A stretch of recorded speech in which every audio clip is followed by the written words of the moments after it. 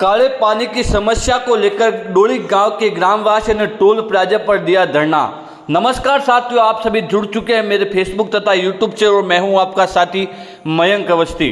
आपके mobile screen पर जो अभी तस्वीरें दिखाई दे रही है यह बालोतरा के निकटवर्ती डोली गांव के डोली टोल प्लाजा की है, जहां पर डोली गांव के सैकड़ों ग्रामीणों ने काले पानी की समस्या को लेकर धरना प्रदर्शन कर रहे हैं। दरअसल मैं आपको पूरी बात बता दूं कि बालोतरा के निकटवर्ती डोली गांव के समीप, जहां पर जोधपुर से आने वाले रासायनिक तथा सीवरेज के गंदे पानी की समस्या को लेकर पिछले लंबे समय से डोली गांव के ग्रामीण अत्यधिक परेशान थे।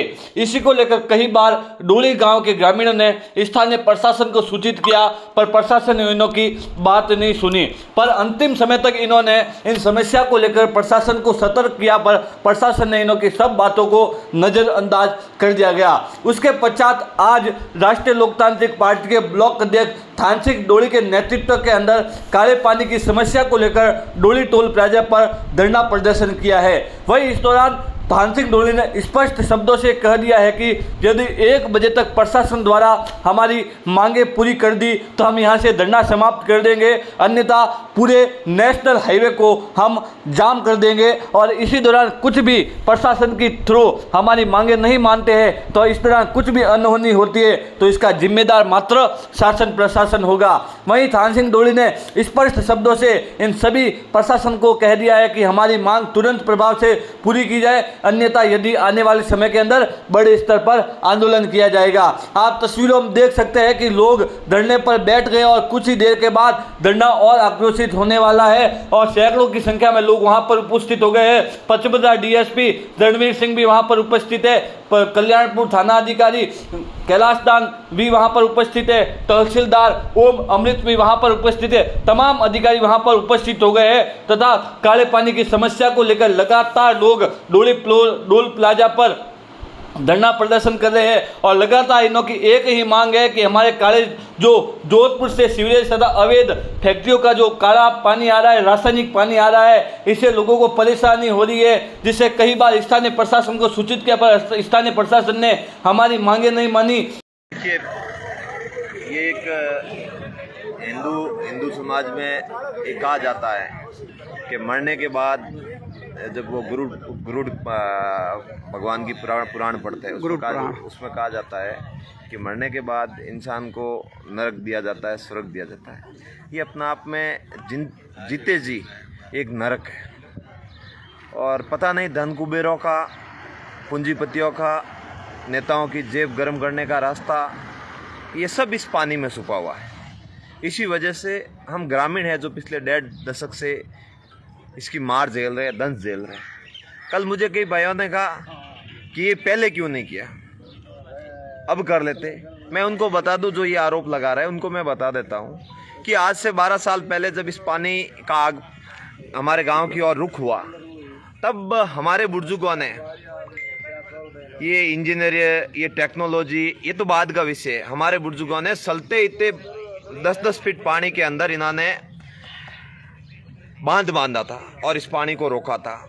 लेकिन परिस्थितियां हम कह नहीं सकते, ये नेता लोग, ये सरकार है, ये प्रशासनिक अधिकारी बड़े बेईमान होते हैं, क्योंकि ये पूंजीपतियों के गुलाम होते हैं।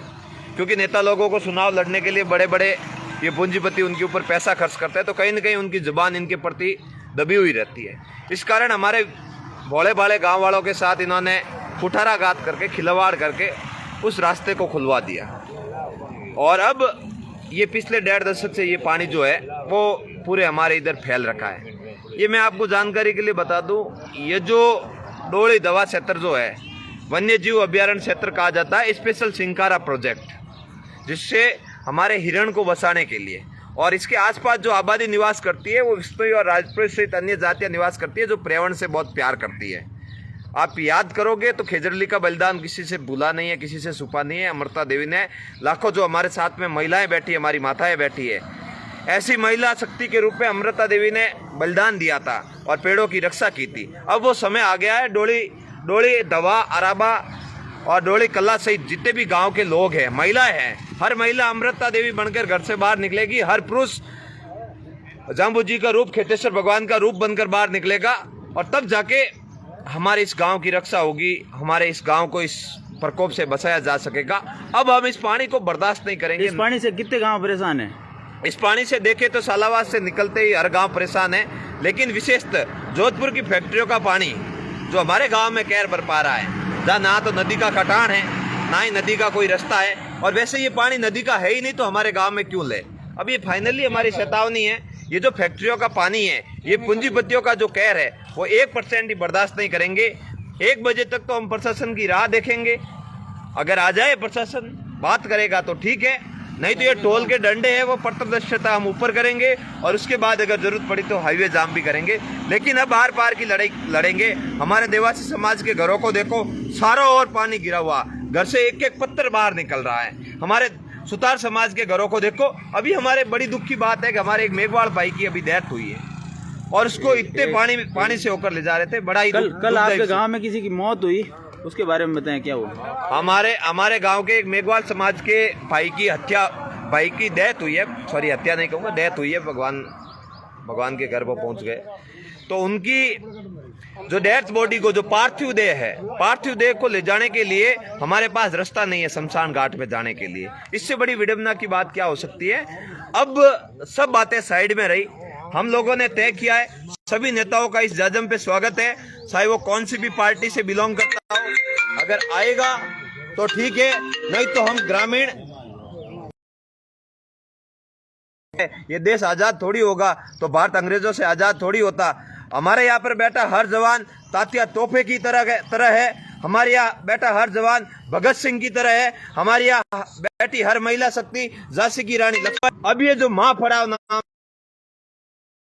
खड़े रहेंगे, लड़ेंगे, और लड़के इन पूंजीपतियों से, धन कुबेरों से, धना सेठों से जीतेंगे। बहुत बढ़िया।